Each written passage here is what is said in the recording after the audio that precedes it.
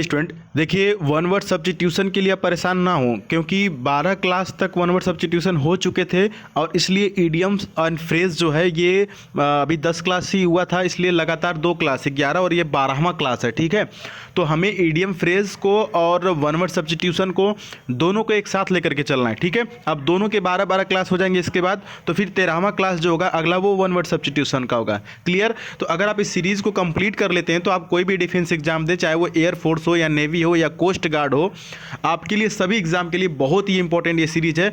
और इसमें ज़्यादा नहीं बताते हैं, इतना ही बताते हैं आपको ताकि वो सारी चीज़ें याद हो जाएं। क्लियर है?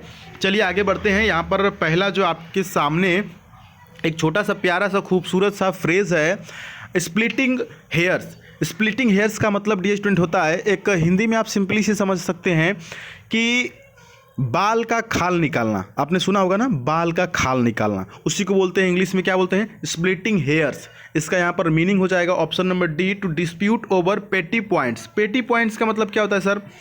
पेटी पॉइंट्स का मतलब होता है छोटी छोटी बातें, है ना।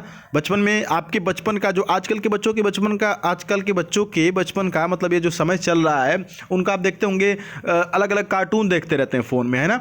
लेकिन हमारे समय में जो कार्टून था, हमारे और आपके भी समय में रहा होगा शायद, वो हमारे जो बचपन का हीरो था वो कौन था? शक्तिमान था ना। याद है कि नहीं? शक्तिमान देखते थे कि नहीं? हमारे टाइम में शक्तिमान रविवार को 12 बजे आया करता था, है ना, सप्ताह में एक बार। तो उसमें क्या बताता था? गंगाधर छोटी छोटी मगर मोटी बातें, है ना। तो वही है, छोटी बातें, छोटी छोटी बातें। छोटी छोटी बातों की इंग्लिश क्या होती है? पेटी points.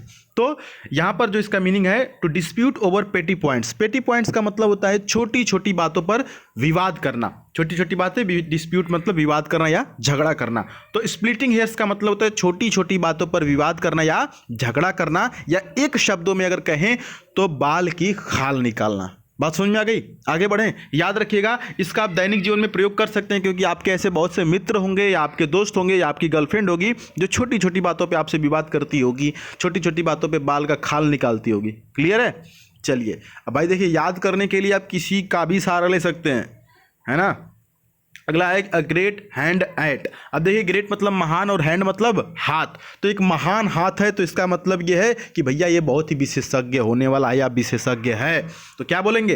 To be an expert. To be an expert का मतलब विशेषज्ञ होना। किसी चीज में आपका ग्रेट हाथ है, ग्रेट हैंड है, तो क्या है? मतलब कहते हैं ना कि बहुत पक्का आदमी है, मतलब पक्का खिलाड़ी, मास्टर आदमी है, तो विशेषज्ञ। To be an expert. Clear? Next question की तरफ बढ़ते हैं। अगला जो आपके सामने है, देखिए, to make a pile. To make a pile का मतलब होता है डियर स्टूडेंट, यहां पर option number A, to make a fortune. Fortune वही फॉर्च्यून जो तेल खाते हैं ना, वो फॉर्च्यून नहीं। फॉर्च्यून का मतलब होता है संपत्ति या भाग्य भी होता है, लेकिन यहां मतलब है संपत्ति से। टू मेक अ फॉर्च्यून का मतलब होता है बड़ी रकम कमाना या अधिक संपत्ति इकट्ठा करना। देखिए, टू मेक अ पाइल, तो यहां पर कभी कभी ये वाला ऑप्शन न लिख करके लिखता है कि to earn a large amount of money, मतलब कि अधिक संपत्ति इकट्ठा करना। टू मेक अ फॉर्च्यून, अधिक संपत्ति मेक करना, बनाना, इकट्ठा करना। क्लियर? याद रहेगा? Option number A is right here. Next question, यहाँ पर नेक्स्ट जो इडियम्स है आपका, अंडर समवन्स विंग। ये काफ़ी आसान है, ये देखने में ही पता चल जा रहा है कि अंडर मतलब सर नीचे, और समवन्स मतलब किसी के, विंग मतलब पंख, किसी के पंख के नीचे हैं आप। इसका मतलब क्या है? आप किसी के प्रोटेक्शन में है, किसी के संरक्षण में है, किसी की देख रेख में है, ऐसे कह सकते हैं। संरक्षण, देख रेख थोड़ा सा अलग हो जाएगा। संरक्षण मतलब समझ रहे हैं, कोई आपको प्रोटेक्ट कर रहा है, ठीक ना। जैसे किसी को एक्स सिक्योरिटी या किसी को वाई सिक्योरिटी मिल गई, तो क्या वो वाई सिक्योरिटी के अंतर्गत है, या मान लीजिए कि आप किसी बाहुबली के या आप अपने पिता के अंतर्गत हैं, उनके संरक्षण में हैं। बच्चे क्या होता है? उनके संरक्षण में होते हैं। क्लियर? यहाँ पर ऑप्शन नंबर बी हो जाएगा, to be and someone's protection. किसी के प्रोटेक्शन में होना, किसी के संरक्षण में होना, that is under someone's wing. याद रहेगा? देखिए, बहुत ही आराम से पढ़ाएंगे, चीज़ों को सिखा करके आगे बढ़ेंगे। हम चाहते तो एक ही दिन में आपको 50 वन वर्ड करा देते, लेकिन 50 में से ये गारंटी नहीं ले पाते कि भाई आपको कितना याद होगा, लेकिन 5-6 करवाते हैं और सोचते हैं कि वो पूरा का पूरा आपको याद हो जाए। ठीक है, चलिए अगला इसी कड़ी में आपको नेक्स्ट देखने को मिलेगा, टू सो वंस वाइल्ड ओट। अब देखिए, वाइल्ड मतलब जंगली होता है, ओट मतलब क्या होता है? जई। जई देखते हैं ना, जई, समझ रहे?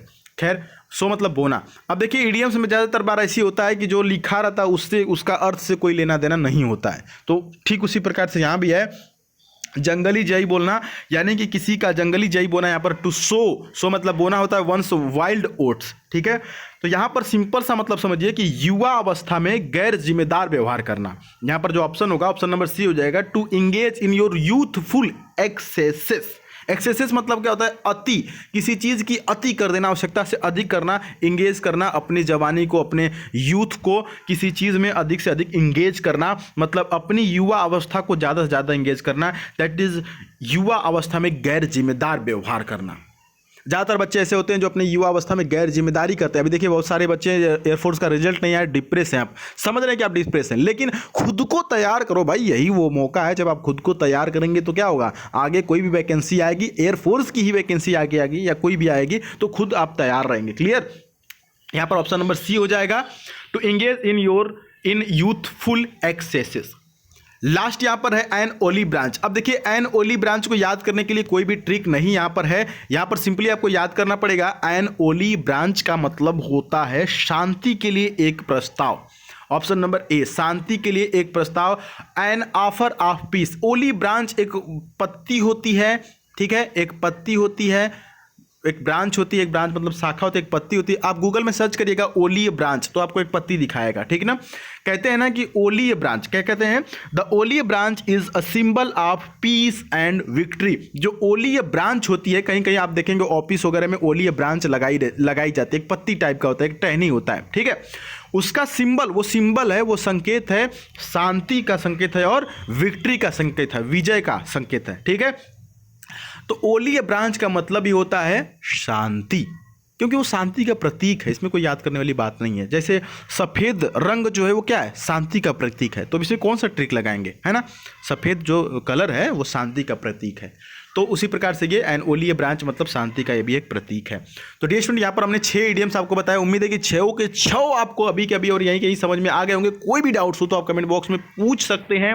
बाकी चैनल पर नए तो सब्सक्राइब कर लीजिएगा और टेलीग्राम से जरूर जुड़िए। देखिए टेलीग्राम पर आज सुबह ही हमने इस प्रकार के क्वेश्चन भेजा था, वहाँ पर आपने देखा 65% बच्चे सही आंसर इसका किए हैं। और इस प्रकार से क्विज और कुछ महत्वपूर्ण जानकारी हम आपको टेलीग्राम पर भेजते रहते हैं। तो टेलीग्राम पर जुड़ने के लिए द सुधीर पांडे सर्च करके आप जुड़ सकते हैं। साथ ही साथ इस चैनल पर नहीं तो उसको सब्सक्राइब कर लीजिएगा, नोटिफिकेशन बेल ऑन कर लीजिएगा। मिलते हैं फिर अगली वीडियो में, तब तक के लिए जय हिंद, वंदे मातरम।